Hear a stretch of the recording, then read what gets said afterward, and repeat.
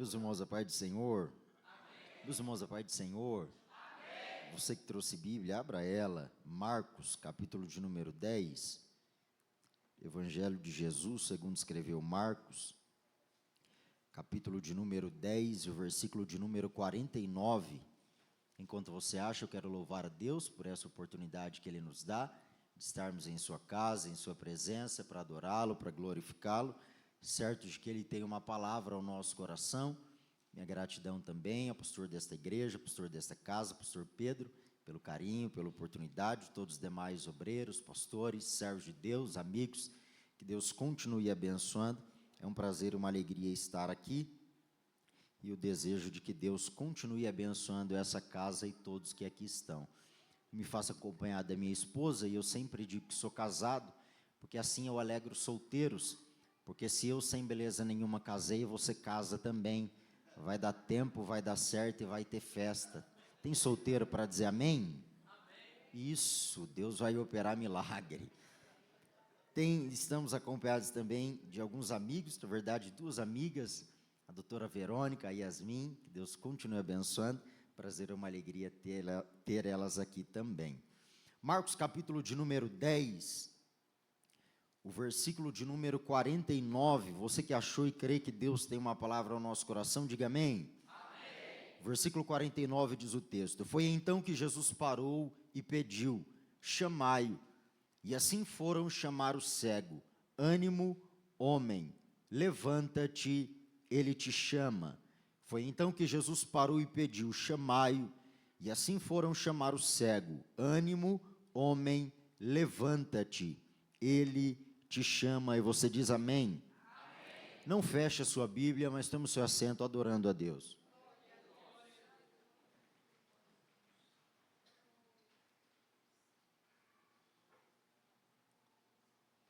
Meus irmãos, nós estamos diante de um texto, diante de um livro, diante de um milagre conhecido, se não de todos, mas pelo menos pela maioria de nós que aqui estamos. Olhar o milagre relatado por Marcos é, sem dúvida nenhuma, olhar e se deparar com um texto conhecido e admirado pela maioria de nós que aqui estamos. De fato, quando nós olhamos para os evangelhos, para os 4 evangelhos, ou 4 homens que falaram acerca da vida e o ministério de Cristo, não se há dúvida de que eles estão provando e mostrando ao nosso coração verdades, valores e princípios do reino de Deus.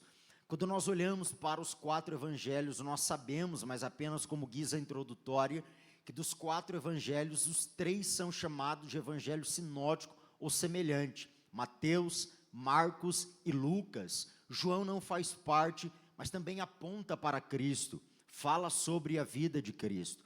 Nós sabemos que todos eles apontaram e mostraram a vida de Cristo terrena, provando e mostrando ser Ele 100% homem, 100% Deus, provando e mostrando a sua humanidade, mas também a sua divindade.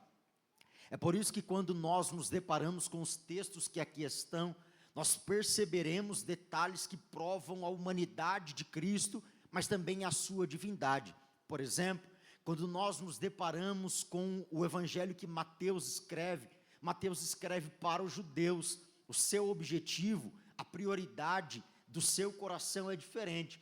Por exemplo, como Mateus escreve para os judeus, o seu objetivo e a prioridade desse livro é provar e mostrar que Jesus é o Filho de Deus, que Jesus é o Messias esperado. É por isso que para os judeus a genealogia é de muita importância. É por isso que Mateus é o único que no capítulo 1 ele mostra e fala acerca da genealogia de Cristo. Já Marcos é diferente. O propósito de Marcos é provar e mostrar Cristo em ação, pregando, ensinando, curando, restaurando, libertando, operando os seus milagres. É por isso que quando nós olhamos para o capítulo 1 de Marcos, ele é diferente, por exemplo, de Mateus, de Lucas e também de João. Porque quando nós nos deparamos com o capítulo 1, você perceberá que o capítulo 1 de Marcos, ele é muito rápido quando se trata do início do ministério de Jesus. Ele já introduz falando acerca da mensagem que João pregava, os milagres que Jesus operava, e já introduz no ministério de Jesus. Só que quando nós olhamos, por exemplo, para o evangelho que Lucas escreve, Lucas também é diferente. Você se lembra e sabe que Lucas é conhecido como o médico grego ou médico amado. Ele escreve 2 livros de sua autoria no Novo Testamento. O primeiro é o Evangelho de Cristo, que leva o seu nome, e segundo é Atos dos Apóstolos. Em Atos, o seu propósito e objetivo é provar e mostrar o nascimento da igreja primitiva, o avanço da igreja primitiva, mesmo em tempo de adversidade e perseguição. Só que quando nós olhamos, por exemplo, para o evangelho que João escreve, cá entre nós, para mim, é extraordinário olhar e perceber que João não está incluso ou embutido naquilo que nós chamamos de evangelho sinótico ou semelhante, mas ele também corrobora com tudo aquilo que os outros já estavam falando. Por exemplo, ele não fala sobre o nascimento de Jesus, mas mostra verdades acerca do seu reino e princípios de Cristo. Lembra que o capítulo 1, versículo 1 de João, é ele que já declara provando a divindade de Jesus, quando João declara dizendo: no princípio era o verbo estava com Deus e o verbo era Deus. No 1:4 é João que declara dizendo: todas as coisas foram feitas por ele e sem ele nada do que foi feito se fez. É extraordinário, porque todos eles mostram a humanidade de Cristo, mas também a sua divindade. Para você preparar o pulmão para dar glória, é interessante, por exemplo, olhar e perceber que João escreve no capítulo 11, versículo 35, um texto que nós conhecemos, e a expressão que João utiliza é na morte de Lázaro, e Jesus lá está como homem. A expressão que João utiliza é: Jesus chorou. É extraordinário, porque João está provando no capítulo 11, versículo 35, a humanidade de Cristo, dizendo que ele chorou. Mas como assembleiano, para você preparar o pulmão para dar glória, vem João no capítulo 21, versículo 4, quando escreve o Apocalipse, dizendo que chegará um dia, e quem dera fosse agora, que ele limpará dos nossos olhos toda lágrima.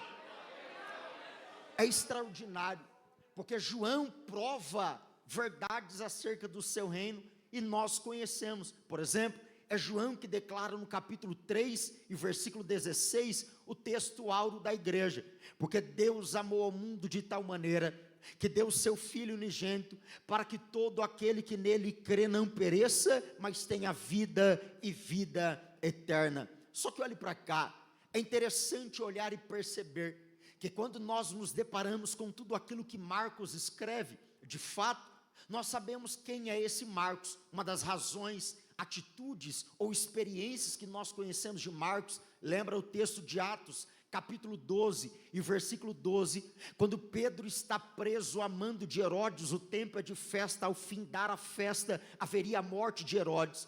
Só que a igreja decidiu ir à casa de Maria, e esta é mãe de João Marcos, que é o autor deste livro. Eu não sei se alegra o teu coração, mas enquanto do lado de fora há um decreto de Herodes, na casa de Maria há uma igreja orando e dizendo: Herodes pode ter liberado uma palavra, mas se nós orarmos aqui, se nós clamarmos aqui, não tem palavra e decreto de Herodes que vai prevalecer e permanecer para sempre. Levante uma das mãos para os céus. Eu vim com uma palavra bíblica e profética ao teu coração para dizer: eu não sei o que alguém disse a respeito da tua casa, eu não sei o que alguém disse a respeito do teu casamento, da tua família, da tua história, mas enquanto há decreto de alguém do lado de fora, se nós orarmos e clamarmos aqui dentro, não tem decreto mais poderoso do que a oração, não tem decreto mais poderoso do que o clamor da igreja.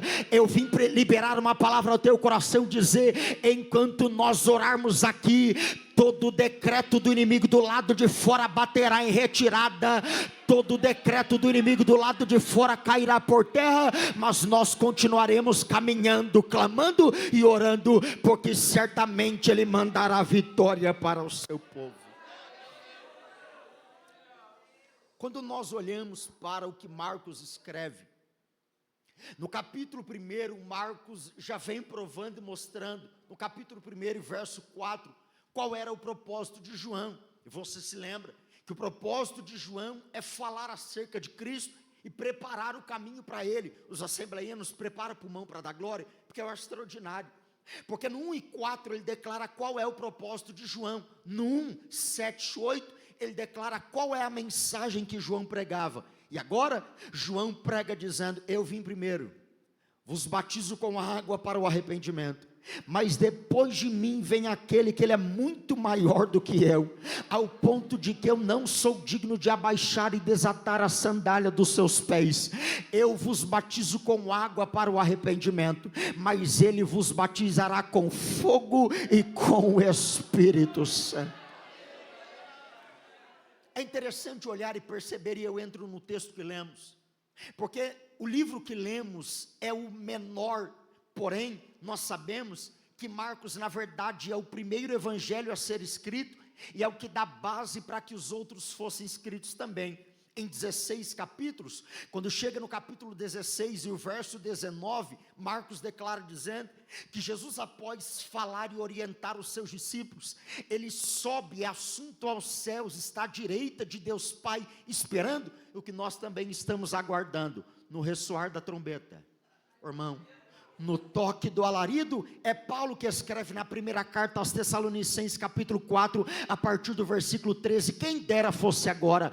Paulo escreve dizendo que chegará um dia que o céu se abrirá, a trombeta tocará, o alarido soará, os mortos em Cristo ressuscitarão primeiro, e depois nós, os que ficarmos vivos, seremos arrebatados juntamente com ele aos céus. Só que esse Marcos, em 16 capítulos, prepara o pulmão para dar glória, porque ele vai provar e mostrar um Cristo que trabalha de maneira processual. Felipe, o que é isso? Esse Marcos está provando em 16 capítulos um Cristo que trabalha em processos. Mas eu acho extraordinário, porque em meio a tudo isso, provando que Cristo trabalha em processos, Marcos utiliza uma expressão no capítulo 1, versículo 10, que vai usar pelo menos outras 16 vezes, e a expressão é imediatamente. Sabe o que é isso? Só quem pode preparar para dar glória, porque é interessante, porque o que Marcos está dizendo é, o mesmo Cristo que tem poder para trabalhar em processos, também decide fazer algumas coisas de maneira imediata. Irmão, eu vou dizer de novo, porque para você guardar e levar para casa, o que Marcos está provando ao nosso coração é, quando ele decide trabalhar em processos, não tem dinheiro, não tem influência, não tem bico, cara feia, que impeça o processo que ele decidiu fazer, mas também quando ele decide operar de maneira e forma imediata, não tem nada que impeça o que ele quer fazer. Só para quem veio para cá com glória na boca para entregar, o que Marcos está dizendo é, quando ele decide trabalhar em processo, não tem quem altera, mas quando ele decide acelerar algumas coisas que eram para demorar 10 anos, ele acelera para agora, coisas que era para demorar muito tempo, ele acelera. Levante uma das mãos para os céus. Eu vim pregar o teu coração e dizer, se ele resolveu acelerar alguns processos, se ele resolveu acelerar alguma coisa na tua casa, na tua história, fica em paz, porque processos que era para demorar 10 anos, 15 anos, 5 anos, ele pode acelerar e começar a fazer a partir dessa noite. Levante uma das mãos para os céus. Eu vim pregar o teu coração, dizer, não se assuste, se alguém olhar para a tua casa e dizer, o que é que aconteceu? Existem coisas que estavam travadas o ano de 2024 inteiro, mas ele pode fazer em menos de um mês, o que não fez em 2024 inteiro. Eu estou pregando uma palavra bíblica e profética ao teu coração, dizendo, pode ser que causas na justiça seja liberada e destravada, pode ser que telefonema chegue, pode ser que mensagem chegue, e é Deus dizendo, eu resolvi acelerar algumas coisas, eu resolvi acelerar alguns processos.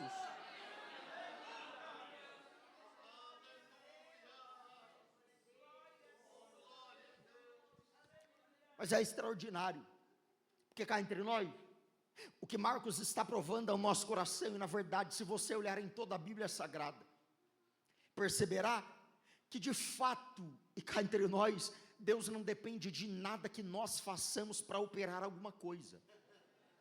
Eu não sei se você concorda com isso, mas pelo menos é o que eu aprendi e carrego comigo. Felipe, como não? Deus não depende de nada que nós façamos para Ele operar alguma coisa. Só que já percebeu que existem coisas que Deus não depende de nós, mas decide fazer uma parceria dizendo: enquanto você fizer, eu faço o que você não pode. Irmão, Felipe está pregando heresia. Vamos na Bíblia, porque sem ela não tem graça, e hoje é o dia dela. Lembra o texto que é o próprio Deus que diz em 2 Crônicas 7,14: se o meu povo, que se chama pelo meu nome, se humilhar, orar, se converter dos seus maus caminhos, eu ouvirei dos céus. Cá entre nós, Deus depende que o povo ore para Ele sarar a terra e fazer alguma coisa? Claro que não. Só que Deus está ensinando o povo: existem coisas que eu não dependo de vocês, mas se vocês não fizerem, irmão, eu sei que o glória vai diminuir, porque tem gente que gosta de uma mensagem mais coach, mas eu vim na mensagem genuína. O que Deus está dizendo é: eu posso fazer tudo e tudo de maneira imediata, mas existem coisas que, se você continuar de braço cruzado, se você continuar acreditando que o inimigo vai destruir e acabar, e achando que a história vai acabar, eu também não vou entrar e operar. Mas a partir do momento que você se levantar e se posicionar, eu também decido me levantar, eu também decido me posicionar. Eu vim pregar o teu coração e dizer: se a partir desta noite você tomar uma posição, se a partir desta noite você se movimentar, existem coisas que não era para acontecer agora, mas Deus começará a operar, Deus começará a se manifestar. É incrível. Por que eu digo isso? Porque perceba que os milagres que Jesus está operando, no decorrer do evangelho que Marcos está escrevendo, a maioria, para não dizer todos, mas a maioria foram milagres que aconteceram porque alguém decidiu se posicionar. Felipe está pregando heresia. Vamos no texto? Lembra que em Marcos capítulo 8, tem uma mulher que sofre de um fluxo de sangue há 12 anos. Diz o texto que ela já gastou tudo com a medicina e não teve sucesso e nem resultado. Só que um dia, só para crente pentecostal, tem um dia que ela ouviu falar que vai passar alguém. É por isso que ela decide: eu vou me posicionar, eu vou me movimentar, eu vou me levantar. Ela vai para o caminho. Só que você se lembra que por conta do que ela carrega, alguém considera na cultura que ela é impura. Logo, se ela tocar em algo ou alguém, tudo que ela tocou em alguém que ela tocou seria contaminado da mesma forma que ela estava. Mas só para crente que gosta de Bíblia: enquanto alguém está olhando e esperando, em quem ela tocar será contaminado por aquilo que ela carrega. Um dia ela decidiu olhar para alguém que está passando, a multidão está seguindo ela, ela acha uma brecha na multidão, toca na orla da veste dele, e não é a impureza dela que passa para ele, mas a pureza dele toma conta dela por completo. Lembra que há um milagre em Marcos capítulo 8, para mim um dos mais extraordinários. Não é só um milagre, mas Jesus está nos ensinando algumas verdades. Cá entre nós, eles pegam um cego, levam diante de Jesus, e nós sabemos que Jesus tem de fato poder para operar, curar, libertar e restaurar pela palavra, pelo toque de suas mãos, ou simplesmente por estar presente. Não se há dúvida disso. Só que eles carregam na mente que para Jesus operar o milagre, curar, precisaria tocar. Só que tem um problema, porque eles estão pegando um homem que está cego, levando diante de Jesus e dizendo para Jesus: toque nele, ele ficará curado e nós voltaremos para casa. Sabe o que isso representa? A grande parte da nossa geração que se manifesta diante de Jesus, não preocupado com intimidade e relacionamento, mas apenas com uma bênção momentânea. Eu sei que o glória vai diminuir, mas eu preciso dizer.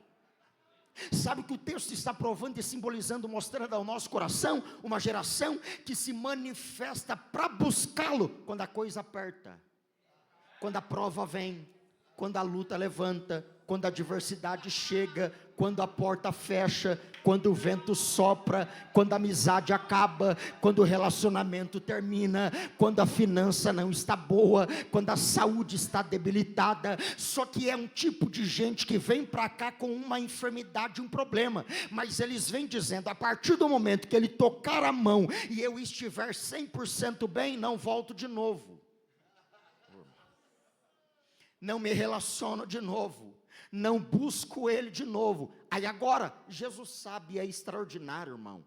Jesus é terrível, permita-me a simplicidade. É por isso que ele, entendendo o que o povo está querendo, ele não coloca a mão sobre o cego e manda para casa. Ele pega na mão do cego, tira o cego da aldeia, irmão, tira para fora, para ensinar pelo menos duas verdades. E você lembra do milagre?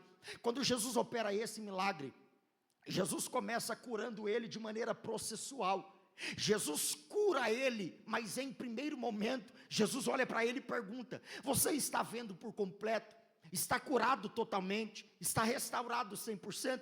E ele agora começa a dizer: eu até vejo, mas como árvores que andam. O que ele está dizendo é: eu estou vendo, mas não estou vendo completamente. Sabe por que Jesus tira ele da aldeia e leva para fora? Por pelo menos duas razões. Primeiro, se esse homem fica dentro da aldeia, ele não via nada, agora está vendo 50%. Se ele permanecesse do lado de alguém que é incrédulo, alguém diria: é melhor ficar com 50%, está melhor do que antes.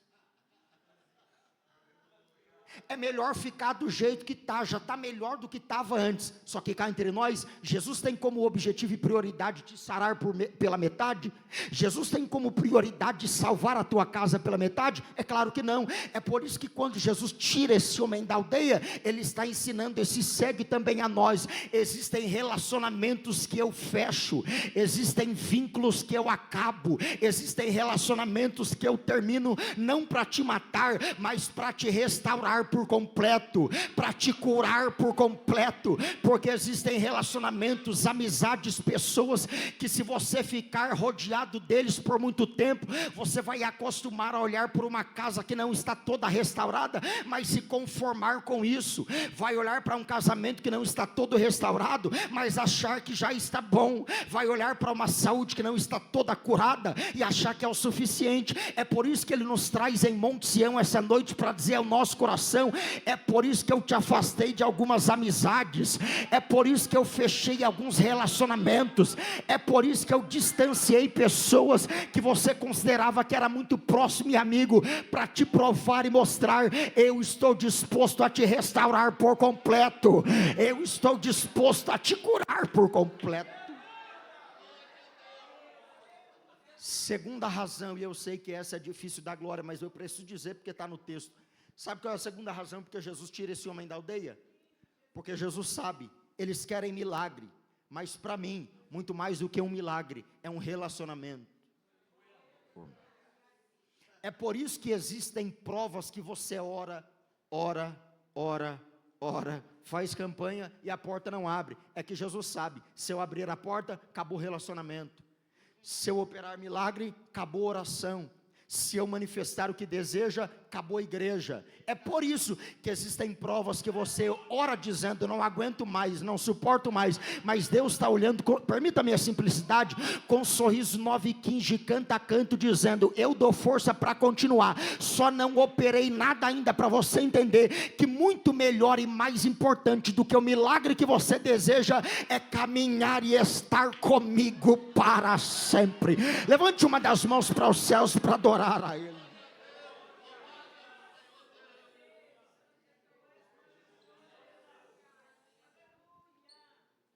Quando nós chegamos no capítulo 10, eu acho extraordinário, mas permita-me ir aos poucos, é o jeito que eu amo olhar para a Bíblia, porque quando chega no 10, é o texto que lemos: um milagre extraordinário vai acontecer. Só que no 9, eu não sei para você, mas pelo menos para mim, uma razão para glorificá-lo, adorá-lo e exaltá-lo de maneira incondicional. Por que eu digo isso?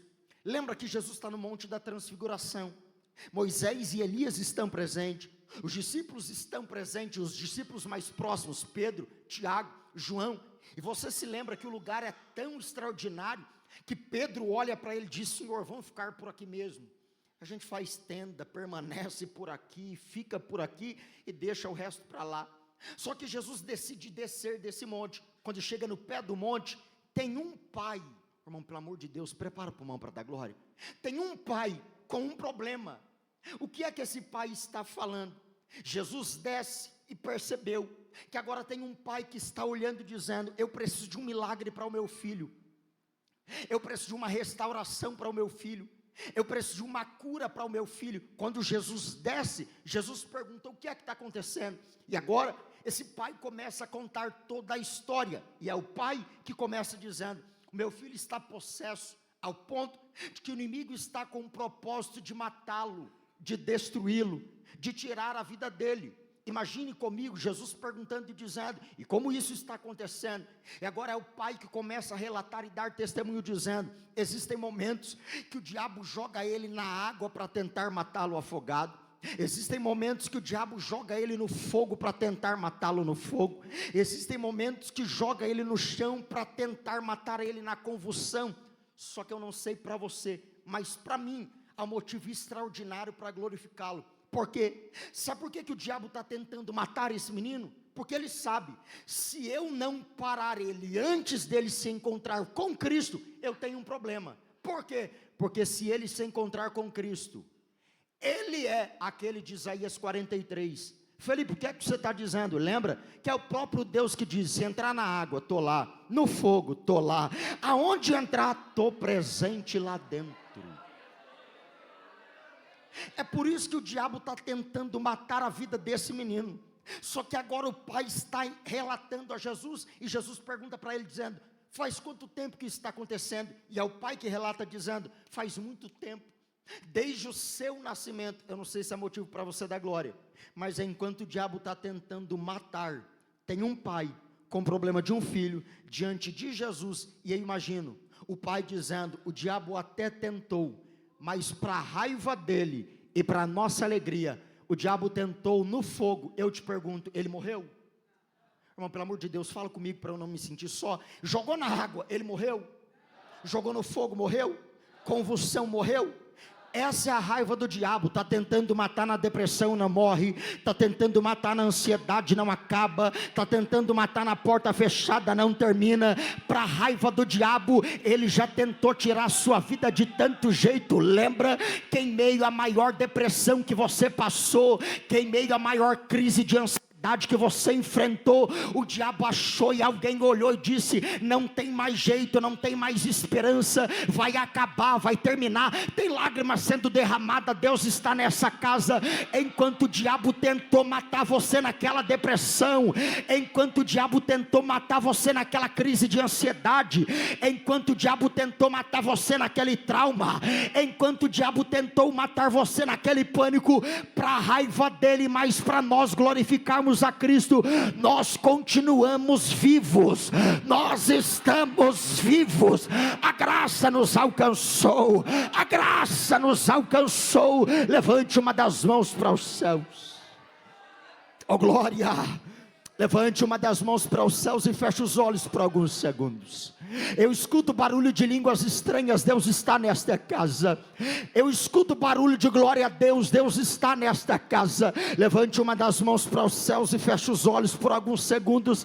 Eu vim como boca de Deus dizer ao teu coração: o diabo achou que dessa crise você não passava, o diabo pensou que dessa adversidade você não passava, mas para a raiva dele, a mão de Deus nos guardou. A mão de Deus nos guardou. Só quem toma posse dessa palavra, solta o grito de glória a Deus agora, solta o grito de aleluia agora.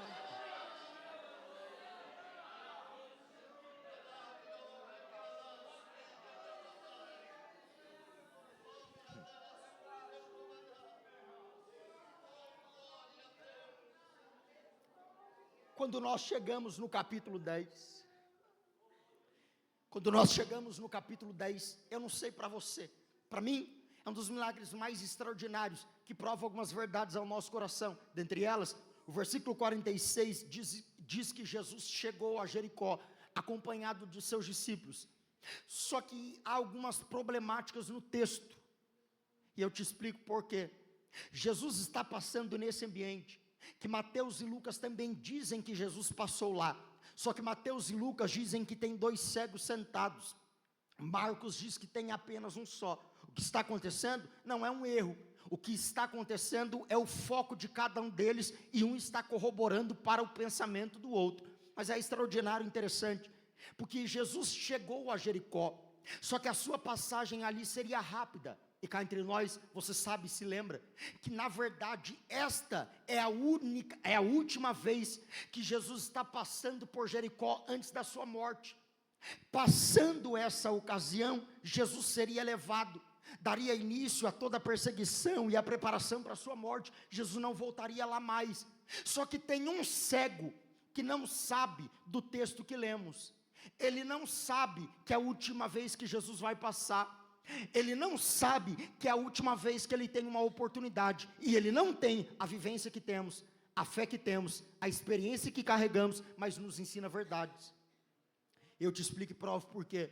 Porque já percebeu, e eu vou contar a sua história sem citar o seu nome, já percebeu que existem momentos que nós viemos para cá e confiamos tanto no amanhã que deixamos de fazer coisas hoje? O glória vai diminuir.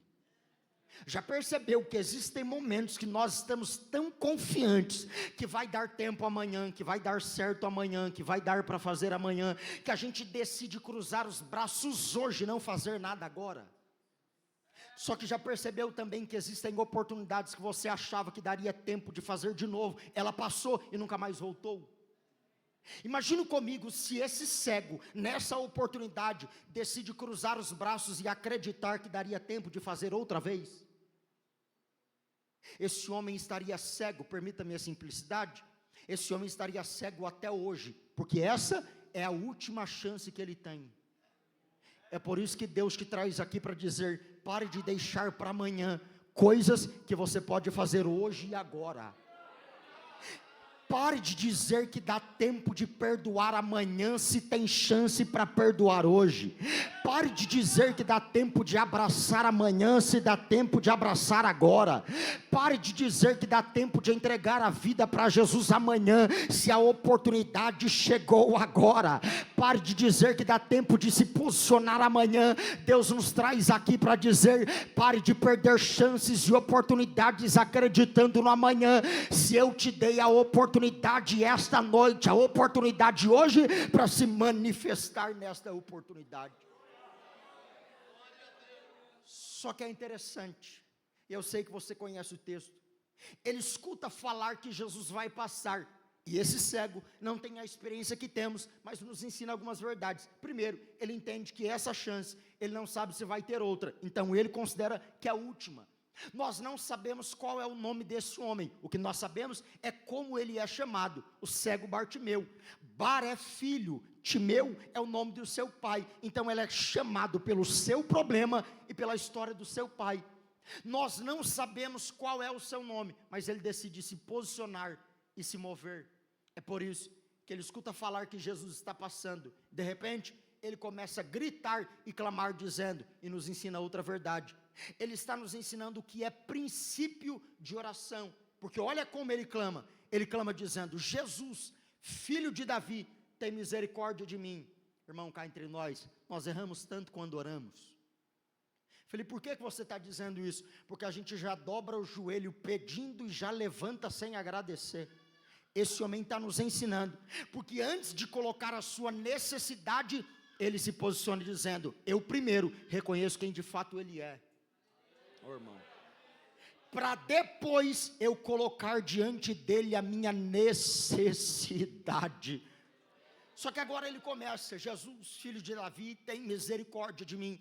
E ele faz isso de maneira incansável, incessante, constante, várias vezes, perpetuamente. Só que é extraordinário, porque parece, e você não é obrigado a concordar, é um pensamento meu, parece que o ambiente do capítulo 10, do 46 a partir, é um ambiente de culto.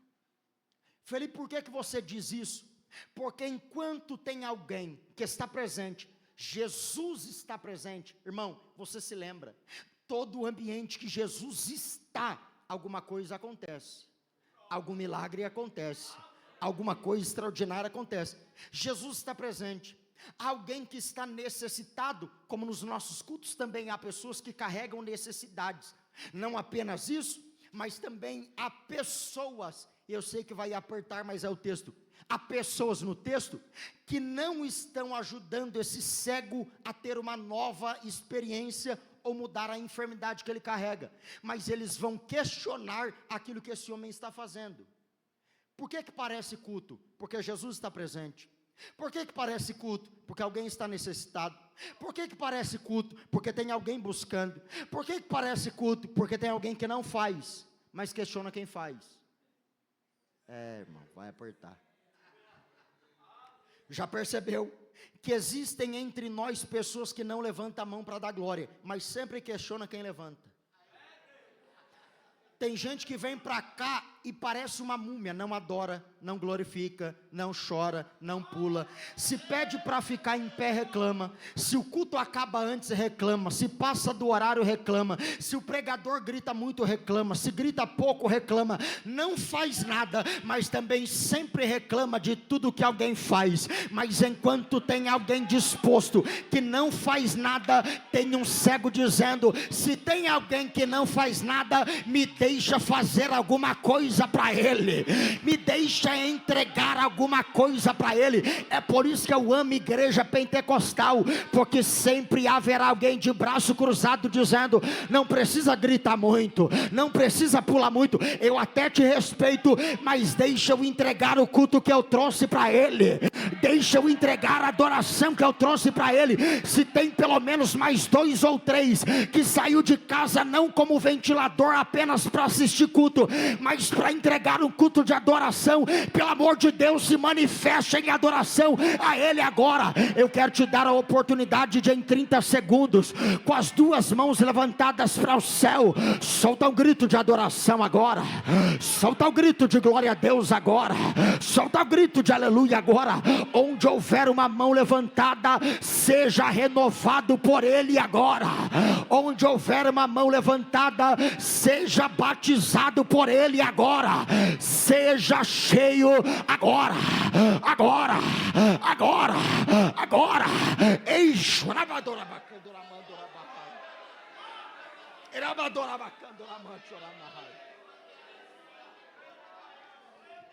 pare de questionar esse crente que não para de chorar do seu lado. Para de questionar esse crente que fica em pé, pula, corre, levanta as 2 mãos e grita 2 horas o culto. Você não sabe o que ele carrega, você não sabe a angústia que ela carrega. Então, já que a gente está diante de quem pode fazer tudo, vamos voltar para casa vazio, porque a gente vai entregar tudo sem reserva. Quem tem glória, entrega glória. Quem tem aleluia, entrega aleluia. Mas voltaremos para casa sem nada.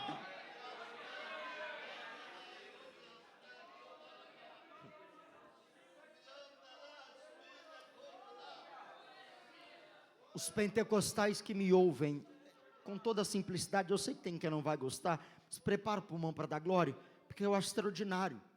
Esse homem não tem a experiência que temos, mas tem uma loucura que temos.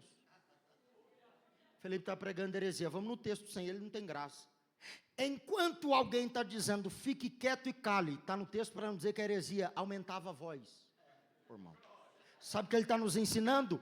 Eu vou na mesma intensidade da prova. Irmão, eu vou dizer de novo. Eu vou na mesma intensidade do caluniador. Se levantou, eu vou 2 vezes mais. Se posicionou, eu vou 2 vezes mais. Enquanto tem alguém olhando e dizendo, vai acabar, vai terminar, não prega mais, não canta mais, não rege mais, não adora mais, essa prova vai acabar com a casa dela e terminar com a história dela. Tem um cego olhando e dizendo, eu vou na mesma intensidade da prova. Quanto mais prova, mais culto. Quanto mais prova, prova, mais glória. Quanto mais prova, mais aleluia. Quanto mais perseguição, mais adoração. Eu vim pregar para crente maluco essa noite, que alguém está olhando e dizendo: não vai passar de 2024 para 2025. Você vai agarrar a sua casa e a sua família e dizer: eu vou na mesma intensidade da prova. Aumentou a prova, eu aumento a entrega. Aumentou a luta, eu aumento a intensidade. Só quem entende a palavra, só quem entende o peso da palavra. Aumenta o volume da glória agora. Aumenta o volume da adoração agora. Celebre a Ele agora.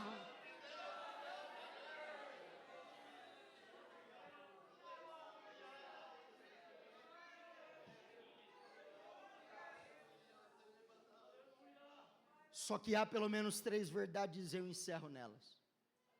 Quando Jesus está passando, o que a multidão está dizendo é: fique quieto. Irmão, pelo amor de Deus, fique quieto, se cale, ele não te ouvirá. Há pelo menos 3 ordens do povo para ele. E agora, Jesus, e eu chego no texto que lemos, Jesus parou. Irmão, sem forçar o texto, só no texto, só tem uma coisa que é capaz de fazer Jesus parar. É alguém que entende a sua necessidade, mas clama de maneira intensa. Felipe está pregando heresia, é só ler o texto. Esse homem está clamando, Jesus está caminhando, mas conforme ele aumenta a intensidade, está no texto, Jesus parou, olhou e pediu: chamem o cego, irmão. Há pelo menos 3 ordens cá entre nós, e de maneira muito simples, mas para que você entenda, na minha mente, uma maneira rasa, um pensamento simples. Eu pensava que o texto deveria ser ao contrário. Eu não estou dizendo que a Bíblia está errada, eu só estou dizendo que um pensamento lógico e raso, o texto deveria estar ao contrário. Porque olha o texto, Jesus parou e diz: ânimo, levanta, chama o cego. Para mim deveria ser: chame o cego, levanta, tenha ânimo. Mas Jesus sempre vem na contramão. Felipe está pregando heresia, eu te explico e provo porquê. Lembra que em João 2 estão pedindo vinho? Jesus olha para os discípulos e diz: enche a talha de água. Eu te pergunto, alguém pediu água? Alguém clamou pedindo água? Agora imagine comigo, Jesus com um sorriso 9,15, canta a canto, dizendo: você não está entendendo nada. Mas é assim mesmo, existem momentos que eu venho na contramão do seu pedido. Existem momentos que eu venho na contramão do que você desejou e pediu, mas para te provar, eu conheço o que você precisa, eu conheço a sua necessidade e vou fazer coisas extraordinárias. É o texto, porque Jesus está se manifestando e a ordem é: tenha ânimo. Só que eu te pergunto, como esse homem vai ter ânimo se ele não sabe que Jesus está chamando e que é para ele se levantar? Só que Jesus é extraordinário, porque sabe que Jesus está ensinando esse homem também a nós. Vocês precisam entender que não adianta eu curar, mudar, transformar algumas coisas, mas vocês continuarem cabisbaixos e desanimados. É por isso que Jesus vem na contramão para dizer: eu primeiro vou trazer ânimo ao coração de vocês. Eu primeiro vou trazer paz à tua alma, para depois operar o milagre que você precisa. Eu acho extraordinário, porque o que tem de gente vivendo o tempo de plenitude e excelência, mas com a cabeça presa no tempo de frustração, não é brincadeira. É por isso que Jesus está ensinando, para que vocês não vivam um tempo de colheita, mas com a mentalidade presa num tempo de frustração.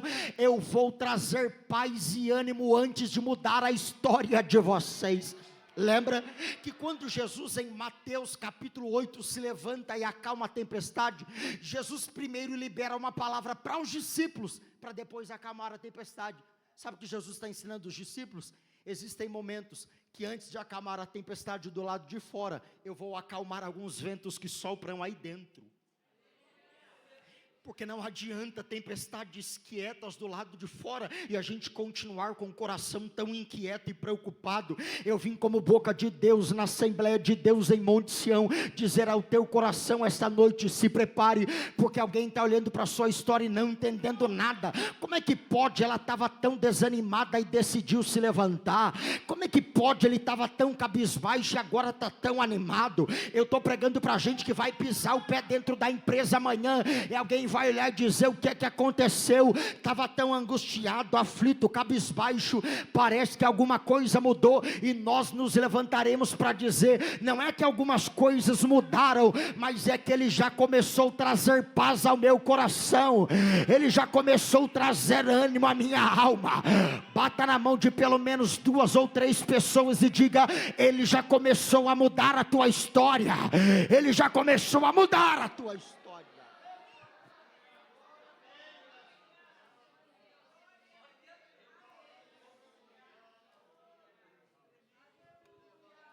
Segunda ordem, Jesus diz: já está animado. A segunda ordem é: levanta-te. Cá entre nós, ninguém se levanta se já está em pé.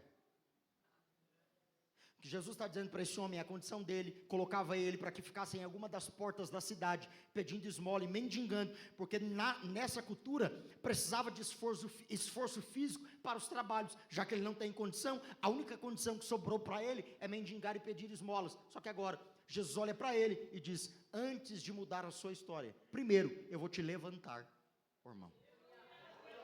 Sabe o que Jesus está nos ensinando? Não adianta você orar, clamar, pedir socorro, mas continuar em uma situação ou em uma condição cabisbaixa.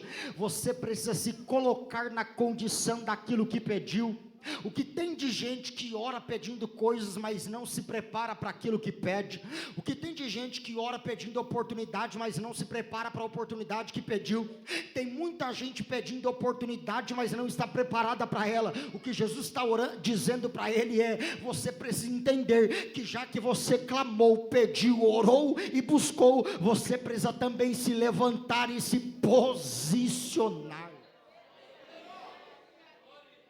Eu preciso dizer ao teu coração: cuidado para não achar que quando Deus diz que vai restaurar, salvar, te usar no ministério, Deus fará tudo e você não precisa fazer nada. Porque há de maneira muito equivocada e errônea no pensamento de alguém, que a partir do momento que Deus diz que vai me usar, eu não preciso fazer curso, eu não preciso ler Bíblia, eu não preciso orar. Se Ele diz que vai fazer, Ele vai fazer.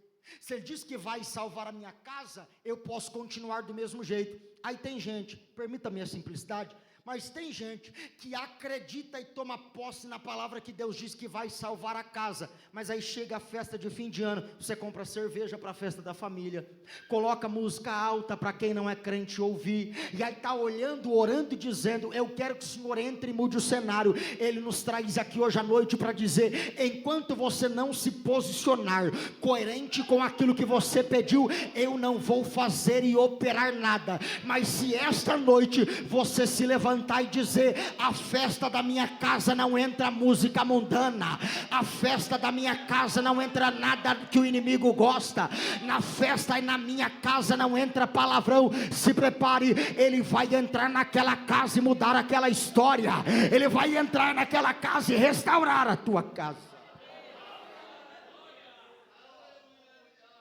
Terceira ordem: primeiro Ele anima, segundo Ele levanta, terceiro, a ordem é: irmão, não sei se é motivo para você dar glória, para mim é, mas não tem problema com a coisa, eu dou glória sozinho.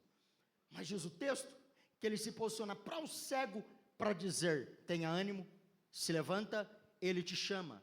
Sabe o que a multidão está dizendo? E cá entre nós, eu imagino, esse povo, porque eu não vou forçar o texto, mas é o mesmo povo que está olhando para Ele dizendo: se cale. É o mesmo povo que está ouvindo Jesus dizer: chame o cego. Porque há pelo menos 2 verdades. Primeiro, Jesus vai operar no mesmo ambiente de frustração, um tempo de plenitude. Segundo, Jesus está olhando para esse homem, imagine comigo, a mesma multidão que disse: não haverá restauração, chegando para ele eu imagino, é uma conjectura minha, eles até tentando falar de uma maneira que o cego não entendesse, para que não ficasse vergonhoso. Imagina o povo chegando e dizendo: o mestre te chama, o mestre te chama, o mestre te chama. O que está dizendo? O mestre chama. Sabe qual que é o problema? Eles estão tendo que voltar para o mesmo cenário que disseram que não haveria restauração, para dizer: o tempo de restauração chegou, o tempo de colheita chegou, o tempo de bênção chegou. Levante uma das mãos para os céus.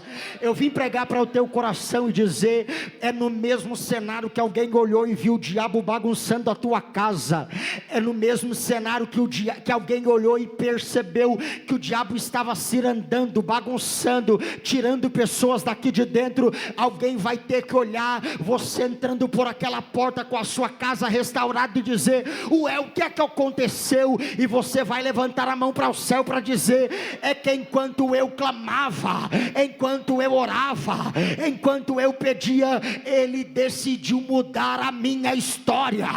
Ele decidiu mudar a minha história. Eu encerro dizendo ao teu coração: sabe o que está acontecendo?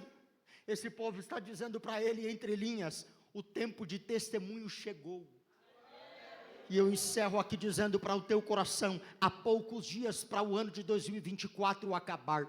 Existem pessoas que carregam marcas do ano de 2024 que passou, dizendo: este ano será marcado por decepção, esse ano será marcado por quebra, esse ano será marcado por frustração. Mas Deus te traz aqui para dizer: o tempo de colheita chegou, o tempo de testemunho chegou, o tempo de uma nova história chegou.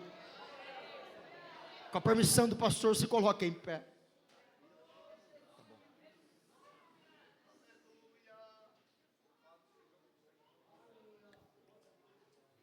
Eu prometo encerrar já, mas eu queria orar com você e por você.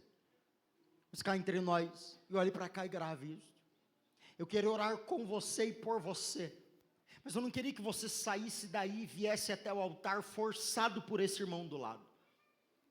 Eu não queria que você saísse daí e viesse ao altar dizendo: eu vou, porque se ninguém for, o pregador vai ficar sem graça. Eu não sou movido a isso, pode ficar tranquilo.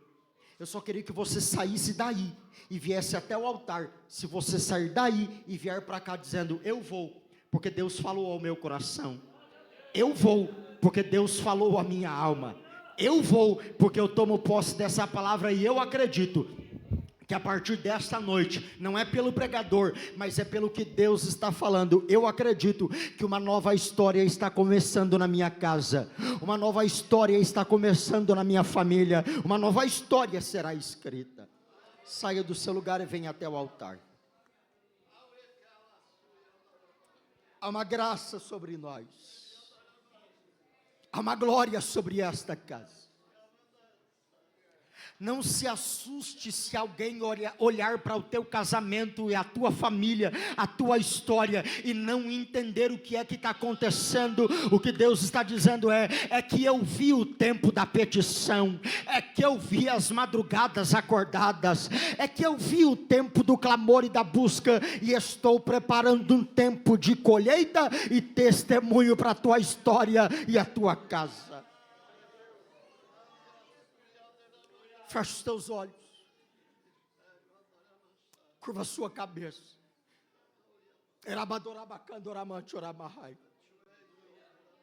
Há uma graça sobre esta casa, há uma glória sobre nós. Há lágrimas sendo derramada, e eu preciso com muita autoridade, temor e tremor, mas dizer, guiado pelo Espírito nesta casa: se prepare, porque esta noite ficará marcada na história de alguém. A tua casa nunca mais será a mesma a partir dessa noite. Eu não estou dizendo por conta que eu vim pregar, eu estou dizendo com autoridade na palavra que Deus está liberando. A tua história nunca mais será a mesma, a tua família nunca mais será a mesma, aquela empresa nunca mais será a mesma. Se prepare para um tempo de colheita, se prepare para um tempo de restauração.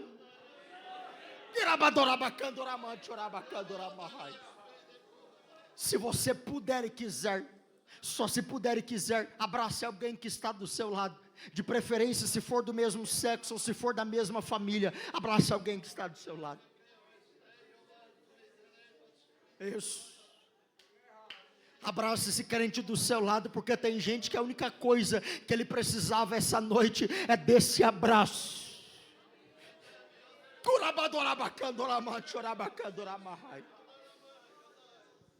Eu já vou orar, mas eu queria que você orasse por esse crente do seu lado. Se prepare, porque esse tempo de lágrima está chegando ao fim.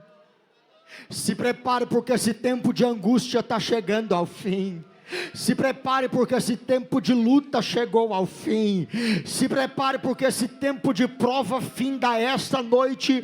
Há uma graça sobre esta casa, há uma glória sobre esta casa. Se prepare, o que Deus está dizendo é: eu trago os teus filhos e salvo por completo. Eu restauro aquele casamento por completo. Eu mudo a história daquela família por completo.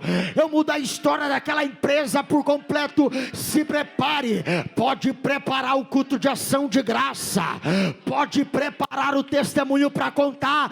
Haverá milagre, haverá testemunho, haverá restauração. A glória.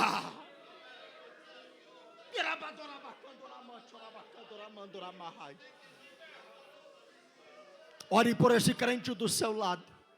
Pai, nós estamos em Tua presença. Nós Te adoramos, Te bendizemos e Te glorificamos por tudo quanto vimos e ouvimos pelo poder de Tua palavra. Nós Te adoramos por estar em Tua casa e Te bendizemos por falar ao nosso coração. Pai, eu Te glorifico por tudo quanto o Senhor tem feito e coloco diante do Senhor agora os Teus filhos e filhas que aqui estão. Cada adversidade, cada angústia, cada problema, existem pessoas camuflando um sorriso e um tempo de alegria que não há, mas nós acreditamos que pelo poder da Tua palavra, nós acreditamos que pelo poder que há no Teu nome, haverá restauração, haverá renovo, haverá milagre. É por isso, ó Pai, que eu apresento diante do Senhor cada casa que está representada aqui, cada família que está representada, cada empresa representada aqui. Coloca as Tuas mãos sobre o Teu povo, coloca as Tuas mãos sobre o Teu filho. Onde houver uma crise de ansiedade, bata em retirada agora. Onde houver uma depressão, caia por terra agora. Onde houver uma síndrome do pânico, bata em retirada agora. Haverá cura por completo, haverá milagre por completo, haverá plenitude para a honra e a glória do Teu nome. Pelo Teu Espírito Santo, comece a abraçar os Teus filhos agora. Onde houver um crente batizado no Espírito Santo, comece a renová-los agora. Onde houver alguém que não é batizado, pelo poder do Teu Espírito, batiza agora. Meu amigo Espírito Santo, tens liberdade para tomar conta desta casa, tens liberdade para operar em nosso meio. Onde houver alguém que é batizado no Espírito Santo, comece a orar em outras línguas agora. Onde houver alguém que não é batizado, seja batizado por ele agora. Agora, agora, agora. Glória, glória, glória, glória. Há uma glória sobre nós. Seja cheio agora.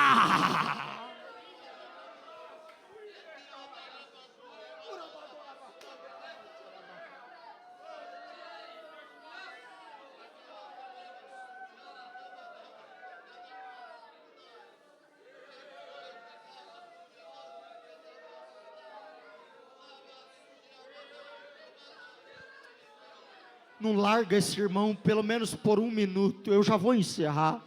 Não larga esse irmão que está do seu lado. Existe depressão batendo em retirada essa noite. Existe ansiedade batendo em retirada essa noite. Existe trauma batendo em retirada essa noite. Eu estou pregando para gente que entrou nessa casa dizendo: se ele não falar comigo, eu tiro a minha vida. E ele te traz aqui para dizer: não haverá morte, haverá vida, haverá vida, haverá vida.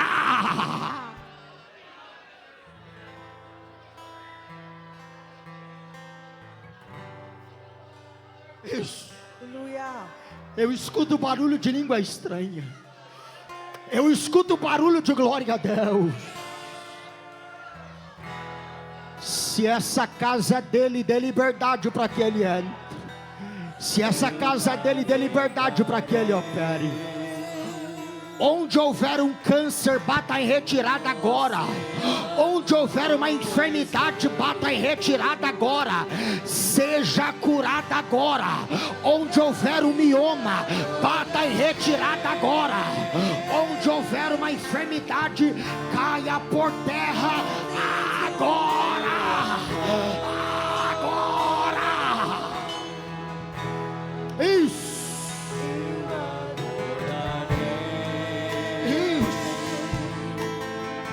O diabo não vai destruir a tua casa. O diabo não vai destruir o teu casamento. O diabo não vai matar os teus filhos. Haverá vida. Haverá